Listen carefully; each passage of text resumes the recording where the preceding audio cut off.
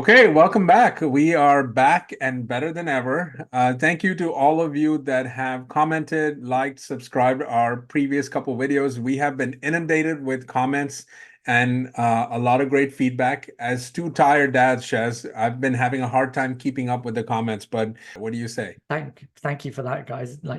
Every comment gets read. Most of them get a heart, and if we can, we'll reply to as many as we can. And actually, yeah, I really enjoyed some of the feedback, and we'll use it um to learn better with our telemetry, hopefully. And the next one will be bigger and better.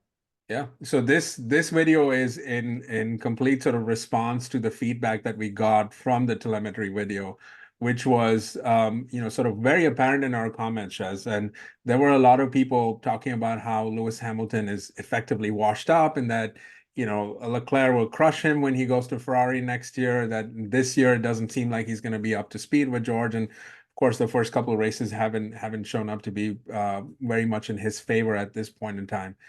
But I know you and I have talked about, this idea of whether there's a correlation between age and peak performance, particularly in a sport like Formula One, where physical attributes are probably as much needed, as much critical to performance as it is in probably other sports, certainly team sports, where there are aspects of your game that can be offset by your team. So today's session, if you will, our masterclass is on on just that topic, whether age has anything to do with impacting performance, particularly in Formula One. And so I want to turn it over to you because you seem to have done a lot of legwork and research work, and maybe you can bring us up to speed with what's on your mind. Thanks, Amar. Yeah. So before anyone says it, this isn't another lesson. We're not sitting in the classroom, but it is fun to well, it's fun for me anyway to bring a little bit of evidence. So um, if you cast your minds back to one of our earlier videos, my day job is that I work as a children's surgeon, and as part of our work, we have to be up to date with the most recent research because every decision that we make has to be evidence based. So I thought it'd be at least interesting to try and apply some of that to some of the questions that that are asked. And one of those questions is, is age a barrier to performance in Formula One? And is there a threshold age beyond which actually, you should just hang up your helmet and go home? Um, so there aren't any studies that look directly at that, but I've picked out a couple of papers that I thought we could quickly go through and then have a discussion about whether or not we think that age actually is a barrier. Um, so bear with me, guys. This is going to get a little bit sciencey. I love it. You might not, but I'm hoping that we can bring you along on the journey. Um, so as I said, there's no direct paper that looks at F1 Formula One performance and age, but there are parallels that can be drawn between Formula One and other sports. So we know that in Formula One, there's an endurance aspect to it because you're sitting in the cockpit for 50, 60 laps with huge forces thrown at your body, and you have to be able to endure those, and you need to be able to perform even though that's happening. Um, and there is a physical burden applied to your body that um, we can use other sports to parallel, and one of those is marathon, right? So the first paper I wanted to very quickly look at was this paper that we're just bringing up here, and this is this is looking at athletes that have done 100-mile plus marathons, and they've looked at their performance over a number of years. So this paper is in a journal called Clinics. So when we look at journals, when we're looking at whether they're reliable or not, we use a function called impact factor. Impact factor just tells you how many times a paper has been cited. So in the same way that somebody might bring up a source on Twitter and say, this is the source, and you can immediately tell whether that source is reliable or not. Impact factor allows you to look at whether a paper is reliable or not, right? So Clinics has an impact factor of 2.7.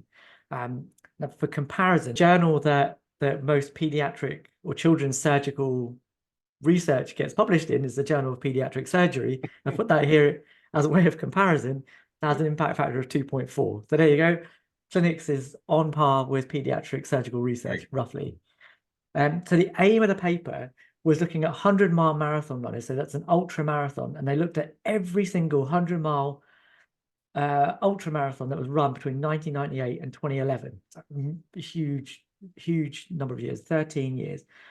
And they wanted to look at the change in the age of the peak performance between those years. So whether or not the average age of people that were competing at the top level doing 100-mile plus marathons changed, whether it got older or younger.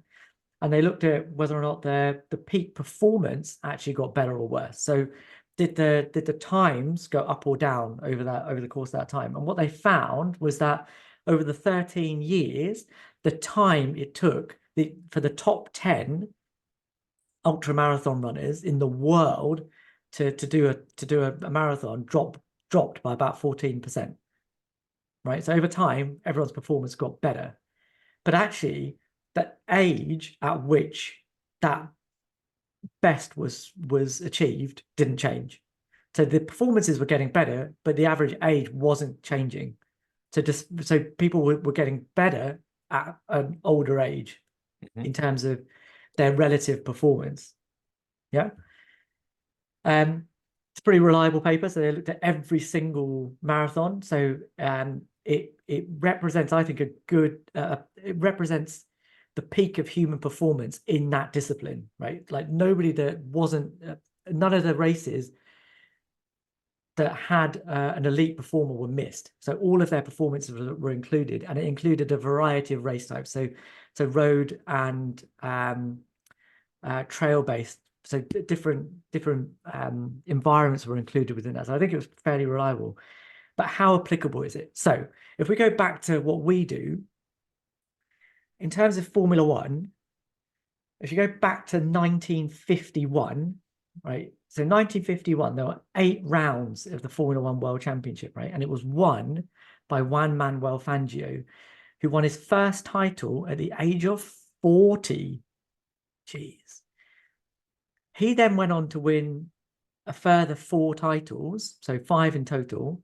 And his final championship win was in 1957 at the grand old age of, wait for it, 46. Ooh. And he was driving for 8 seasons. Yeah. But that was back then. What are things like now? So I've just looked at four drivers, right? So in 1994, the championship had 16 rounds. It was won by Michael Schumacher at the age of 25. He then competed for a total of 19 seasons and retired at the age of 43, having won 7 titles total. Right? Fernando Alonso won his title in 2005 at the age of 24. Now he's now in his 21st season at the age of 43. And in 2007, Lewis Hamilton won his first title at the age of 24. There were 18 rounds, and he's now been competing for 17 seasons. And the final one is in 2010. There were 19 rounds. Sebastian Vettel won it at the age of 23. And he competed for a total of 14 seasons, retiring at the age of 34. Right? So in the modern era, the average age that drivers win their first title is about the same, sort of 24, 25, right?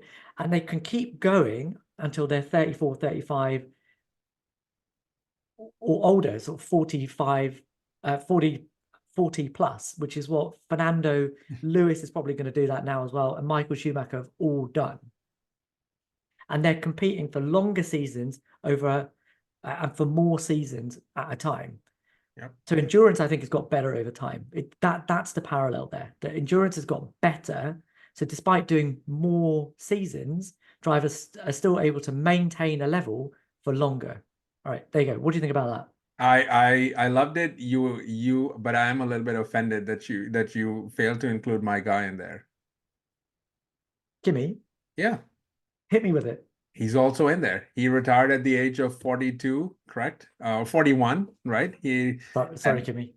yeah, 19 seasons, right? Oof. What was he when he won in 2007, right? So he would have been roughly in his early 30s, if my math is correct. A little bit under that, yeah. That's quite late in terms of this group Quite late. to win their first title. But yeah, I mean, arguably you could say that he should have won it in 2003 and 2005. I don't disagree with that. And most of all, his nickname is the Iceman. I mean, what else could go well with all of this analysis? Do you mean that he took an ice age to win his title? He Maybe. he had ice veins, so there you go. It has everything to do with endurance. But yeah, no, I Okay. agree, I agree with your point. Sorry for that sidetrack. Yeah. Um, okay, so second paper. Here we go. Here's the next one. So this is sub 3 hour marathon runners for 5 consecutive decades, right? So this paper is in Frontiers in Physiology, which has an impact factor of 4.0. So again, by comparison, the Journal of Pediatric Surgery, close to my heart, 2.4. So it's pretty reliable. And what was this paper trying to do? They were looking at they wanted to analyze the decline in performance of marathon runners that were running sub 3 hour marathons over 5 decades. And the interesting thing that they did here is that they looked at the same runners. So they looked at this one runner that did it in 1970, and they looked at the same guy or girl doing it in every single decade up to the 2010s. 50 years worth of running, right? It's a lot of running. And what did they find? So they looked at 41 runners. They found 41 runners that set a sub 3 hour time every decade from the 70s to the 2010s. And what they found was that the personal best, right, the peak time, 75, nearly 75%, so 3/4 of that group did their best time between the ages of 25 to 34, but there was still 10% that did it between 35 and 44. So still in a higher age group. So they were still getting personal bests into their 40s. But the most important thing of this, the most important aspect of this paper is that they found that over the course of that 5 decades, on average, you lost about 1 minute 4 seconds per year. That's a 0.67% decline in performance year on year from the 70s to the 2010s. That's tiny. That is tiny. That's what it feels like to me anyway. That's hardly anything. It goes to show that you can keep competing. And that was in marathon runners, right? So you're going to tell me in the comments, like marathon runners, like it has nothing to do with Formula One, right? Yeah, there's a bit of endurance, but actually, come on, it's different. All right, I've got something for you. Oh, There's a paper from France that looks at cycling performance, right? Which I think is a bit closer. So they looked at triathletes. So triathletes have to do a run, a swim, and a cycle. And these guys looked at the performance of the same athletes doing cycling, running, and swimming. And they found that actually in those athletes, there was no decline in performance in their cycling, whereas there was in their swimming and their running until they hit the age of 55.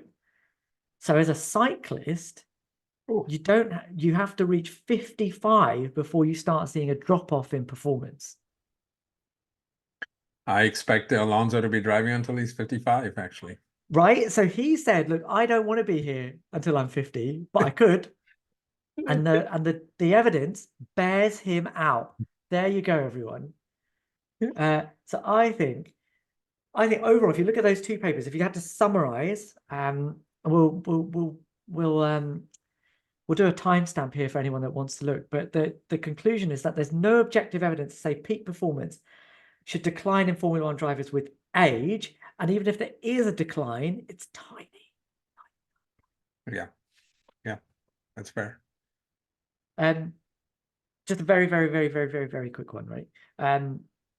Lewis has talked about the impact of a vegan diet. So I found one last paper. This is a paper looking at the vegan diet and its effect on exercise tolerance and performance. This is in nutrients, which has an impact factor of 5.7.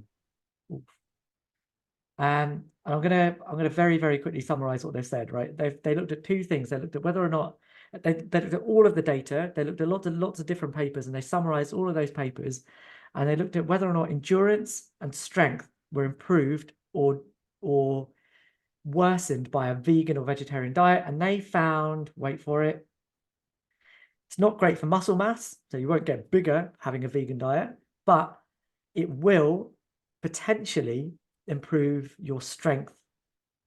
So there you go. Vegan diet will improve your strength. Yeah, yeah. Okay, I've got some more, but I've talked for enough. Tell me, what do you think? Well, I think these are great studies that you pulled together, and I think there's one element of this that it's not factored in the research, but one could objectively surmise that the understanding of the impact of diet, exercise, just natural things that you do to extend your endurance.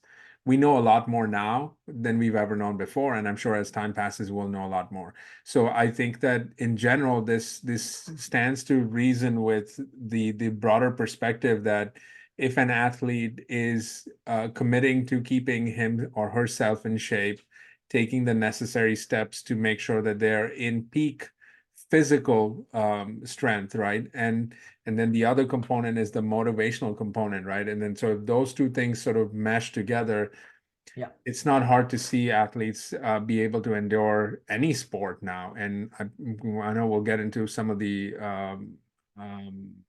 drivers from the Formula One paddock that have talked about the same thing, but there are also examples outside of Formula One and in other sports that can also well be cited.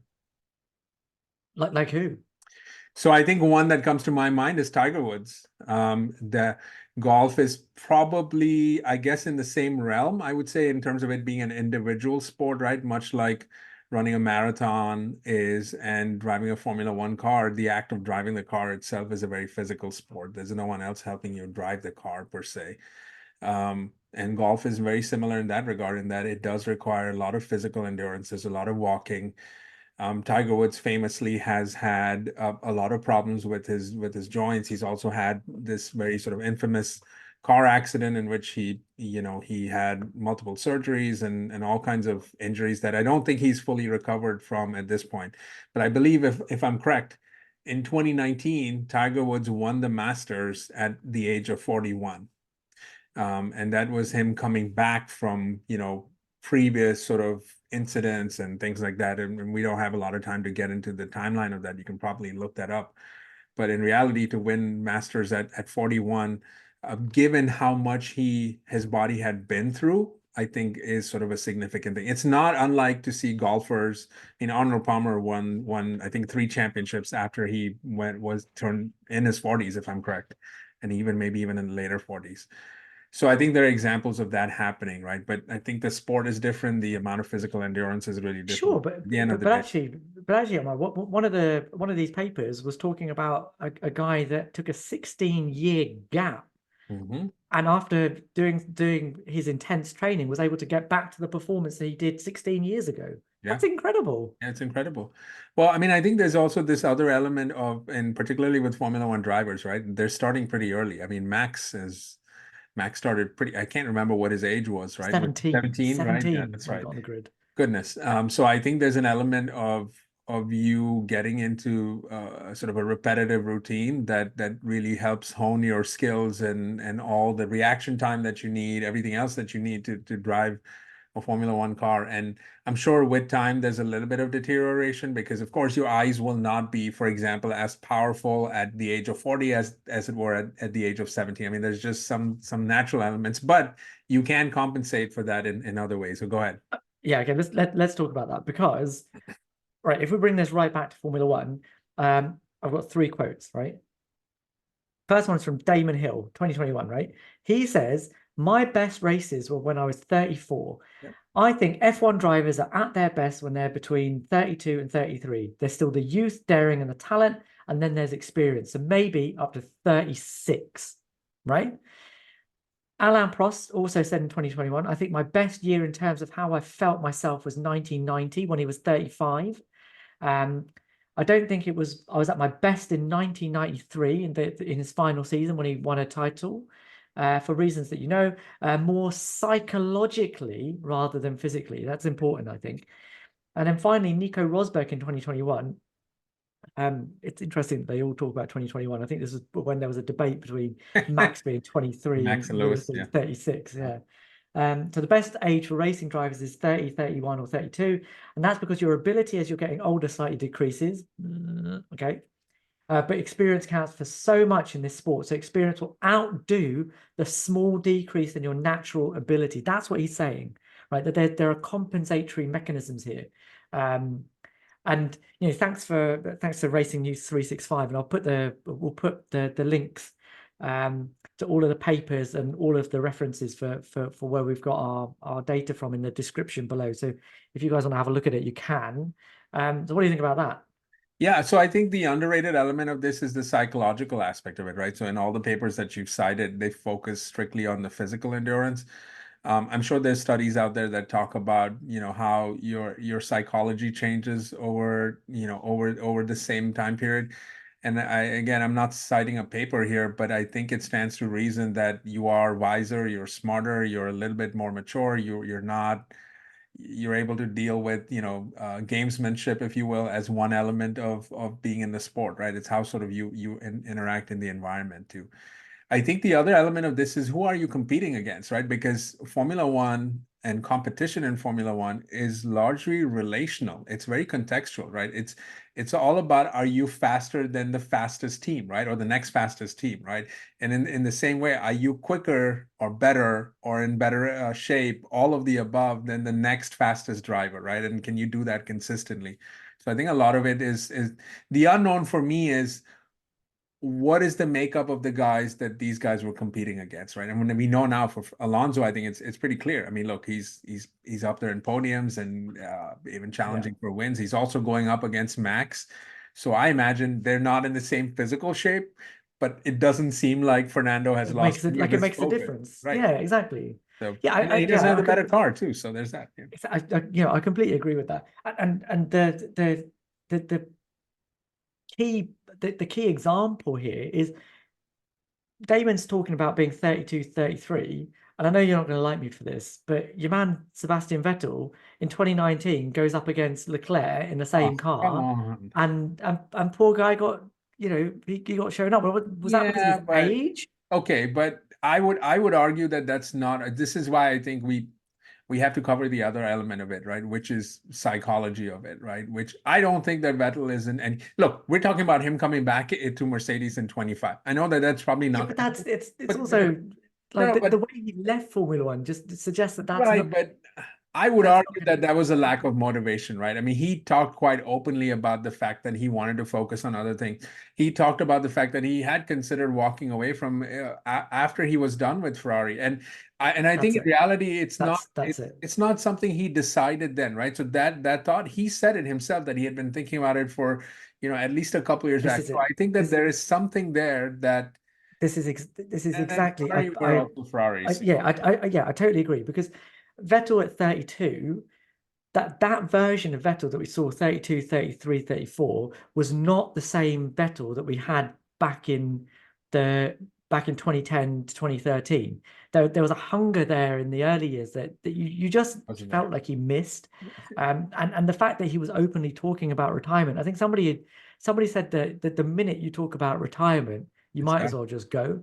Yeah. Because his peers, the drivers that he was going up against in his pomp are still going toe to toe with the very best right now.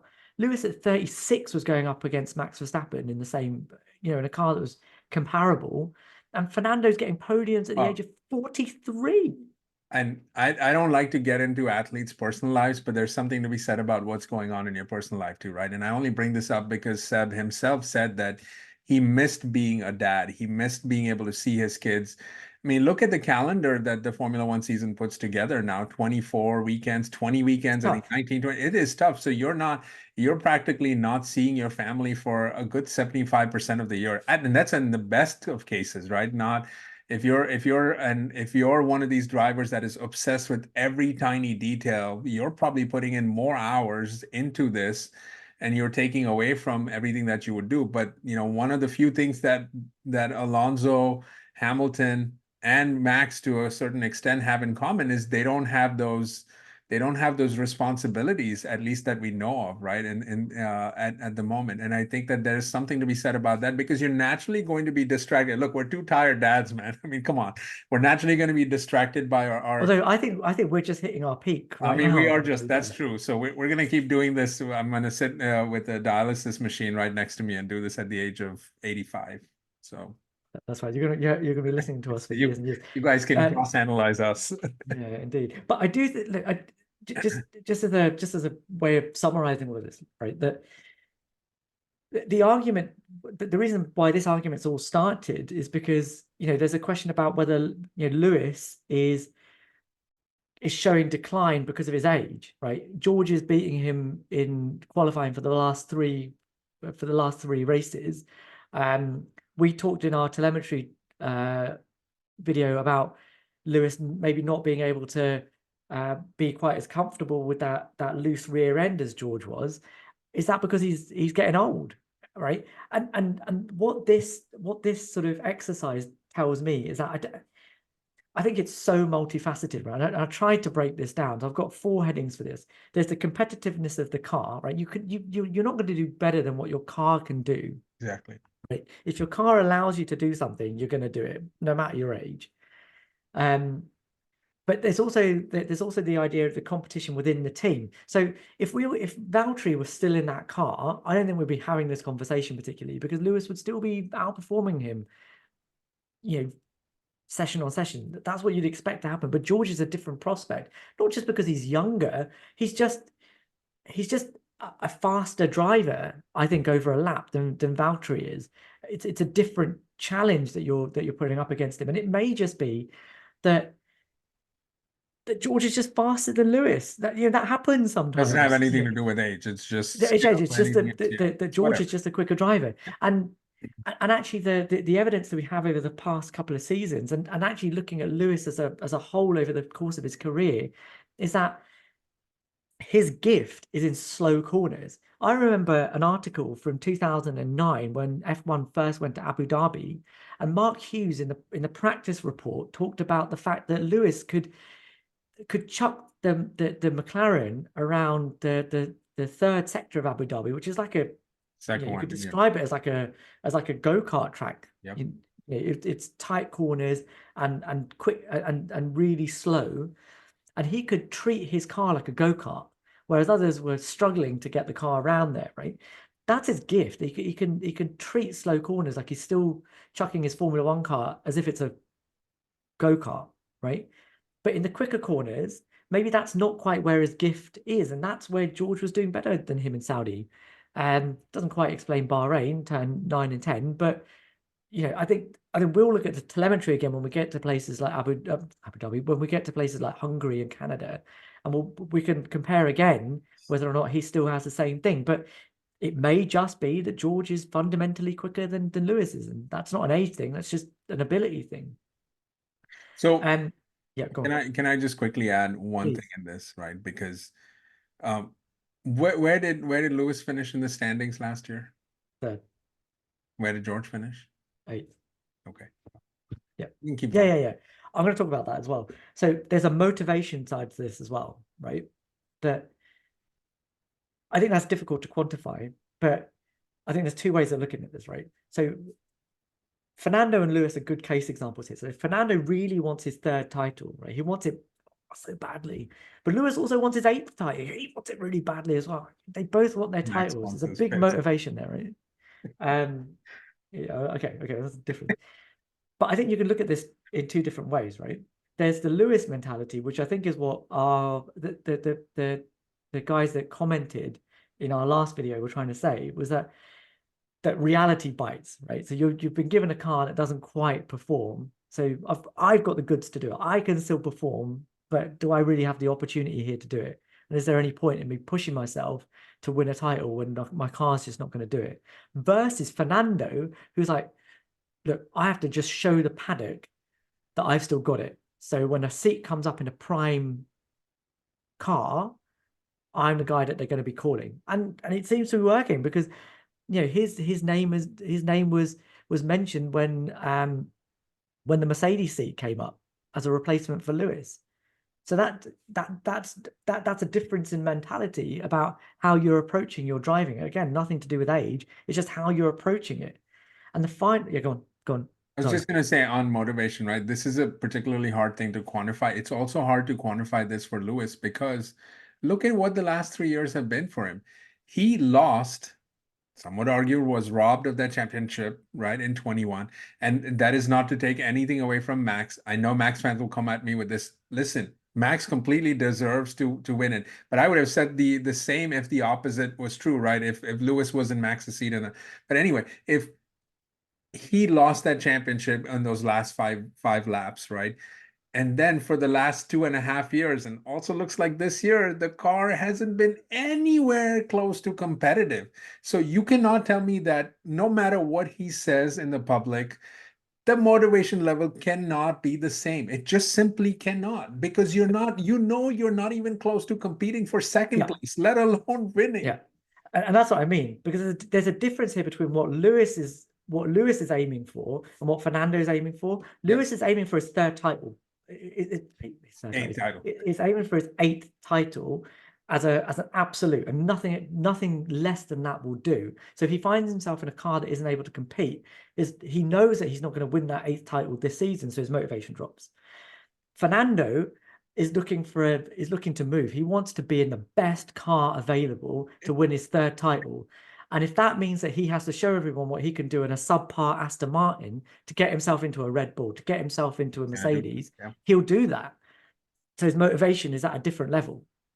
Final thing, experience. So you talked about Lewis finishing 3rd in the championship standings last year versus George in 8th, right? So I said, what I've written here is that Lewis just doesn't, is it that he's just not willing to take the same risks as he was when he was younger? And is that because there's a risk reward calculation that he's doing in his head, that pushing the car to get that final couple of hundreds, foot flat to the floor of turn 6 to 10 in Saudi, it's not worth doing that for the reward that you get, right? But I would argue that potentially Lewis's risk reward calculation is incorrect at the moment, that actually he's losing more in qualifying than he's gaining in race pace in the races by qualifying that far back. Does that make sense? Yeah, so it does make sense. In Bahrain, he started 9th, whereas George finished 3rd.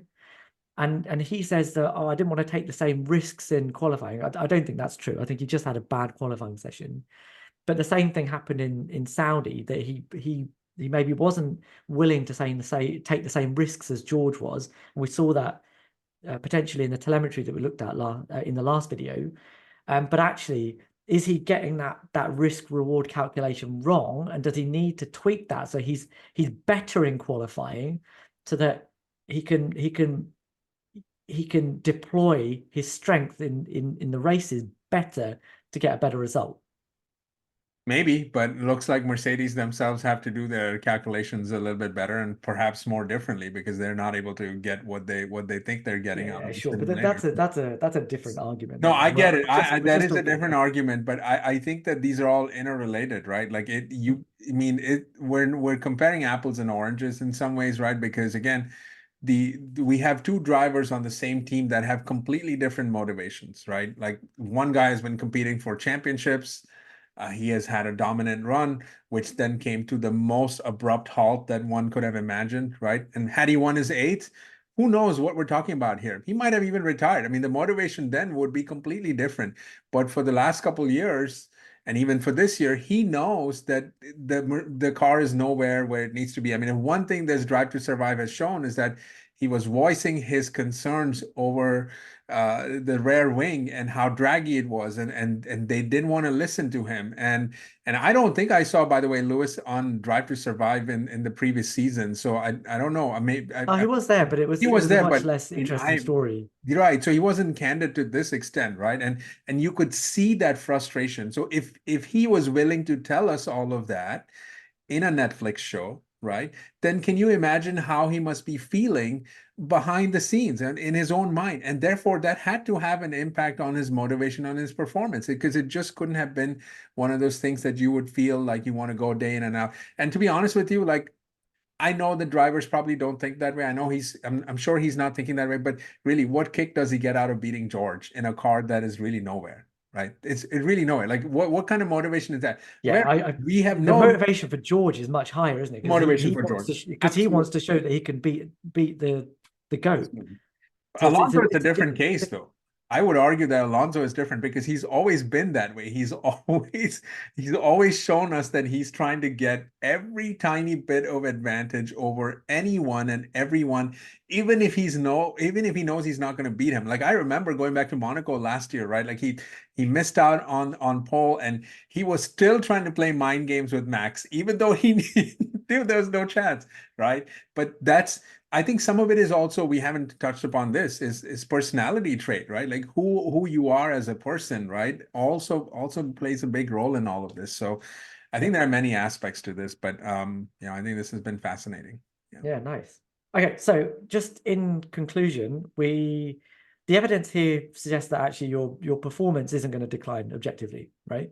But especially in Formula One, there are lots of facets to why your performance might decline, related to you as a person, and what your motivations and what your situation is. So there you go.